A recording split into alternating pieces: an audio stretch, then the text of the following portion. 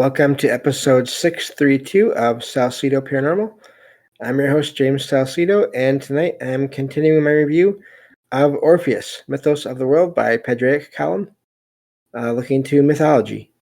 As always, you can find all episodes and links to social media and other ways to contact me at the podcast page. Had a total blank there, and that is salsidoparanormal.podbean.com. That's SALSIDO paranormal.podbean.com.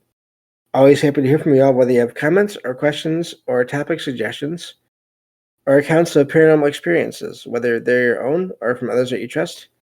Happy to either read those or have you join me on the show to talk about them. Thank you all for listening, whether you are here for the live streams on Discord or if you listen to the podcast or YouTube feeds, or on the Troubled Minds Radio Network, KUAP Digital Broadcasting.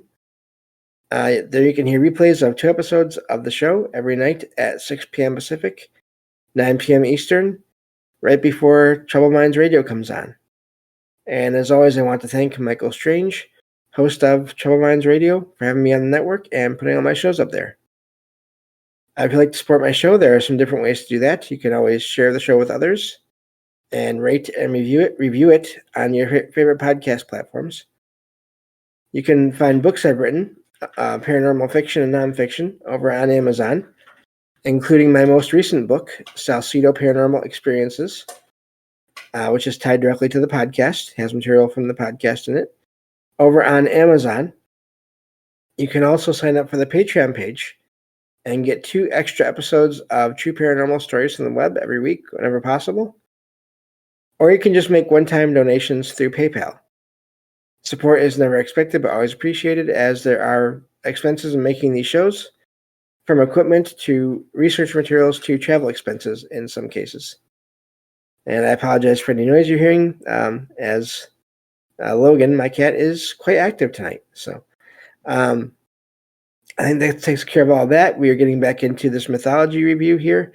Again, what I'm reading is AI generated summaries of the material that is public domain.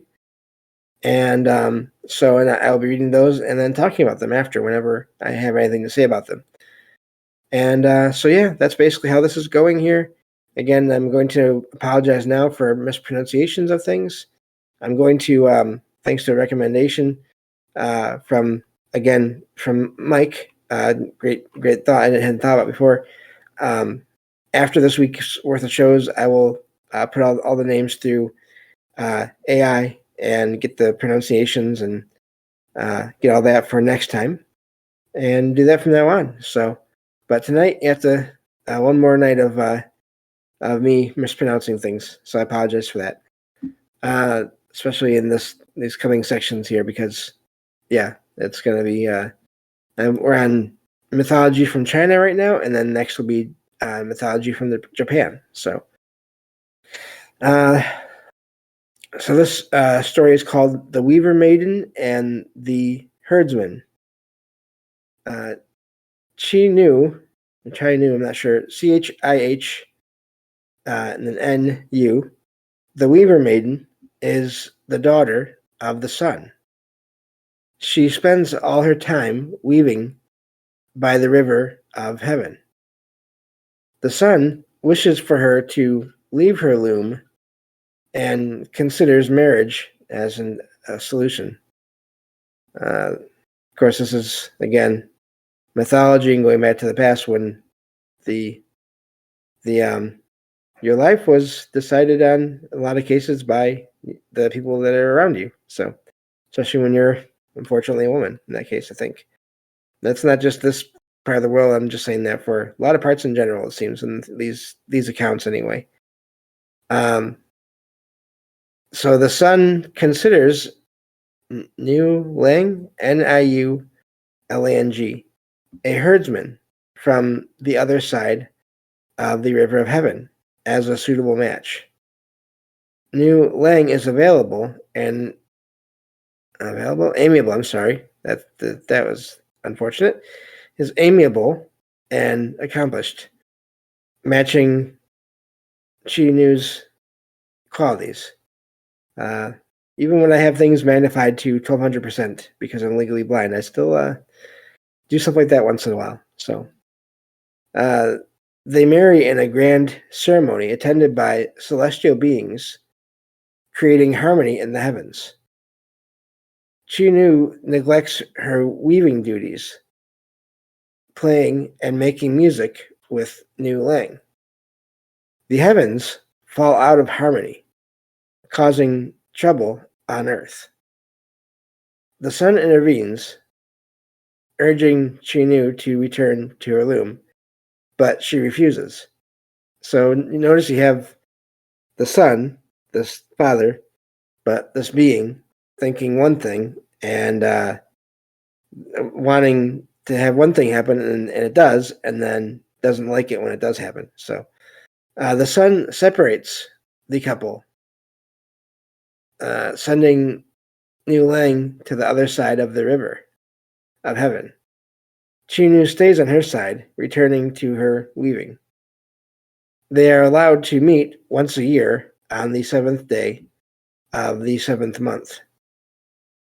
On their reunion day, magpies form a bridge across the river with their backs and wings. The couple crosses the bridge, embraces, and renews their vows. They part again until next year, resuming their respective duties with renewed diligence but deep loneliness. People on earth pray for no rain near the 7th day of the 7th month to prevent the river from flooding. A flood would prevent the magpies from forming the bridge, causing Chinu and Nu Lang to remain separated. When no rain falls, people rejoice, watching the magpies gather and form the bridge. Sometimes rain falls, the river floods, and the magpies cannot form the bridge. Chinu weeps by her loom, and Nu Lang laments beside the river of heaven, unable to meet. And that's where that one ends. So again, it seems very much like they're talking about natural processes and giving them, sort of saying that there are these different entities that are in charge of basically the keeping everything going in the world as it should be. And so this is looking at the chat here. DG says, like the story of Persephone and the typical weaver that usually turns to a spider, right? Yeah. So yeah, that's a neat one there. Again, the timing and the just the way that these beings are parts of the world in a lot of ways are tied to it anyway. So moving on to the next section here. This is, of course, Japanese mythology, and let's see here. Looks like there's two stories here.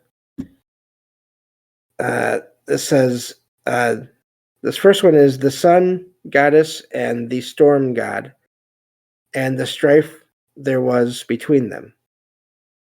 It says origins and roles. Amaterasu, AMA-TERASU, the sun goddess, was born from the left eye of the creator deity. So it doesn't even have a name there exactly, just whatever created everything. Susa or Sasa Nowo, SUSA-NO-WO. The storm god was born from the creator's nostrils. Amaterasu was given dominion over the plane of high heaven and earth. The storm god was given dominion over the sea. I'm just going to, let's see here. So I'm just going to use their positions here. The sun goddess nurtured the earth, protecting crops and ensuring harvest rights in temples. The storm god caused destruction on earth damaging crops and disrupting rites. The storm god ascended to high heaven, causing concern for the sun goddess, but claimed to seek peace. The sun goddess and the storm god exchanged tokens by the heavenly river, Yasu, Yasu. The storm goddess gave her jewels to the the sun goddess gave her jewels to the storm god, who gave his sword in return. Drinking from the river, the sun goddess birthed a courageous boy, and the storm god birthed gods of growth and power. So the birds crowed, the cocks crowed, prophesying prosperity and the defeat of evil spirits. So again, you have the mention of spirits in these stories here. Men celebrated harvest rites without disruption, and the storm god stayed in the sea. The storm god returned to cause more destruction, leading the sun goddess to hide in a cavern, plunging the world into chaos. Gods lured the sun goddess out of the cavern with laughter and dancing, restoring light to the world. The storm god was punished by having his beard cut and possessions taken. The storm god wandered, creating the forest of Kii, from his beard and slaying dragons. The storm god slew a dragon, finding a victorious sword, which he sent to the sun goddess. He married a maiden rescued from a dragon and ruled Izumo, knowing his descendants would yield to the sun goddesses. The sun goddess's grandson was sent to rule the 8 islands, armed with the victorious sword. The descendants of the storm god retained power over the hidden world and sorcery. That's amazing. The sun goddess's descendants became the rulers of the visible world, ensuring the prosperity and protection of the land. So here you have these two sides of reality, the seen and the unseen levels of reality. And you could take that in a number of different directions, or you could, of course, say the physical and the spiritual or metaphysical. So a lot of ways to look at that there. The light, obviously the light and the dark. So yeah, that's a neat one there. The magic and maybe not so much the magic, the different kinds of magic, really. So yeah, that was a neat one there. I think there's one more here in the Japanese section here in this book. And let me see here. So this is called The First People. The First People. So let's see here. It talks about divine generations and creation. Divine generations passed, leaving only the Lord in the center of the heavens, and an August god and goddess. I'm not sure what that means. It's Izana Gi and Izana Mi, the primeval couple, were created. They crossed the Rainbow Bridge. Now that's amazing. I'd heard of one in Norse mythology, not one in Japanese. Of course, I've never really heard of Japanese mythology much. They crossed the Rainbow Bridge, and Izanagi's spear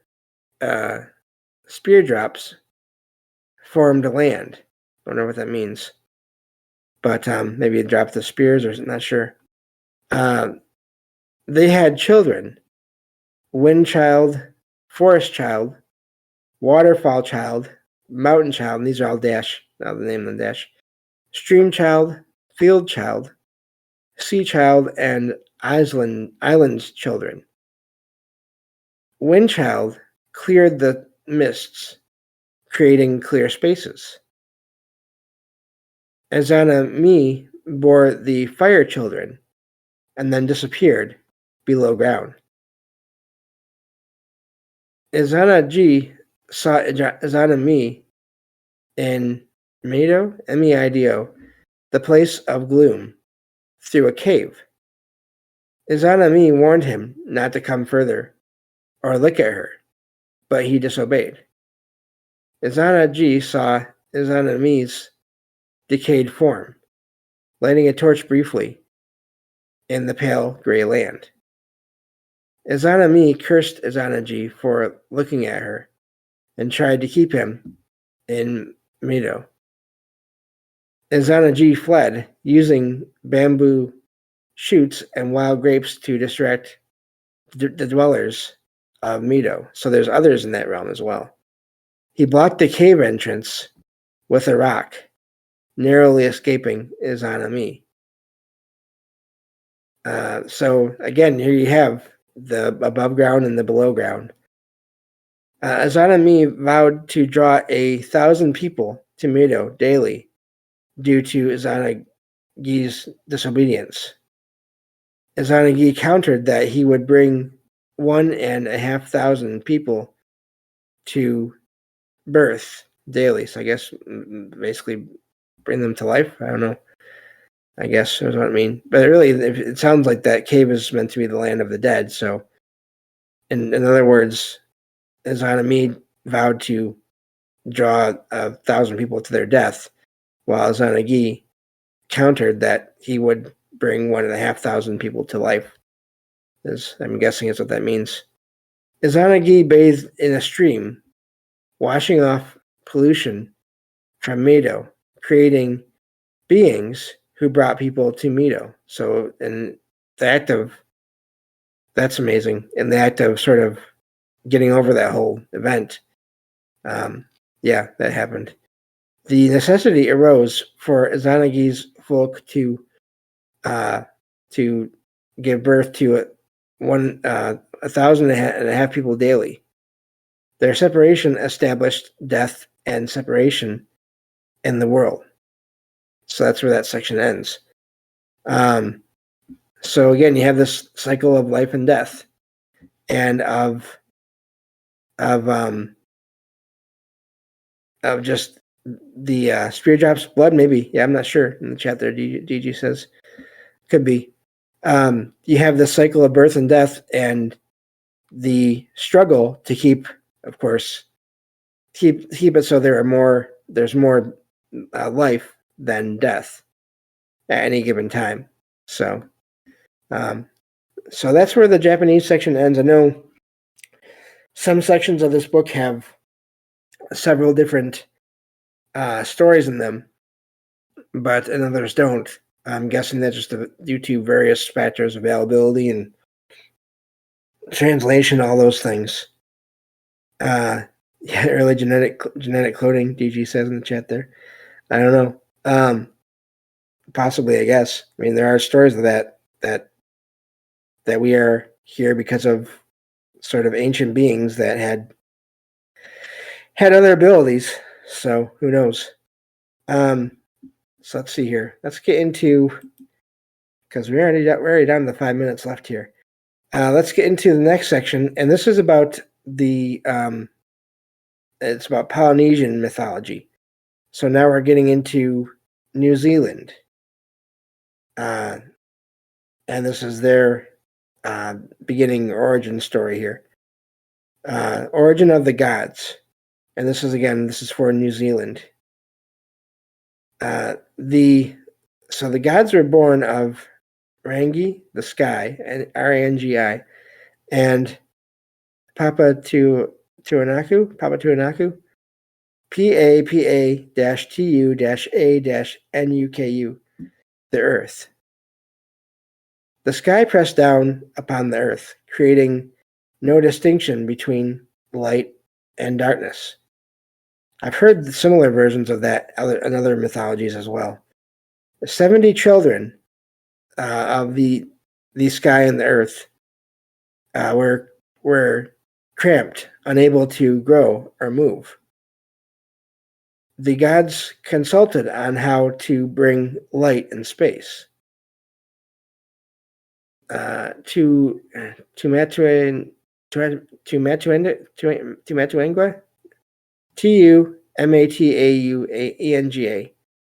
Tumatuenga suggested slaying their parents, but was not supported. Tan Mahuta, Tane-Mahuta, proposed separating the sky and earth, which was agreed upon by all except Tawari Matea, Tahwhiri-Matea. Several gods, goes into names here of these entities here, tried and failed to separate their parents. Tane Mahuta succeeded by pushing with his shoulders and feet, creating space and light. Sky and earth stayed apart, allowing plants to grow, fruit to ripen, and human life to emerge. Rangi's tears are seen as dew, as in like morning dew, and Papa Tuanuku's sighs rise from the mountains. So that's amazing. Almost like you can almost look at that like as weather from the sky, from the rain and all those things. And then you have the planet itself, maybe earthquakes and rumblings and all those things, being sighs. That's an amazing idea. Let's see here. Let's see how big the next section is here. Yeah, it's pretty big. So I'll just give a preview again of the next mythology episode here. This next section is called Maui, the Firebringer. So the discovery or the bringing of fire. And how he strove to win immortality for all creatures. That's the other section there. And let me see here. That looks like the end of, Pele, Hawaii's goddess of volcanic fire. Now, regarding that, Pele, I think is how you say it, this is one of those cases, and it's not, I don't know how common it is, but I've heard in different podcasts I've listened to that people in that region of the world say they've had encounters with some of their deities and their beings from the mythology passed down to them, or traditions. I don't know what exactly it is because I haven't looked into all the details yet, but I recognize that name from I think it was the Ghost Story guys had a special show on that with a guest who was from that part of the world and talked about encounters with these beings. So anyway, that's so looking at the chat here, I think it's sort of near there anyway.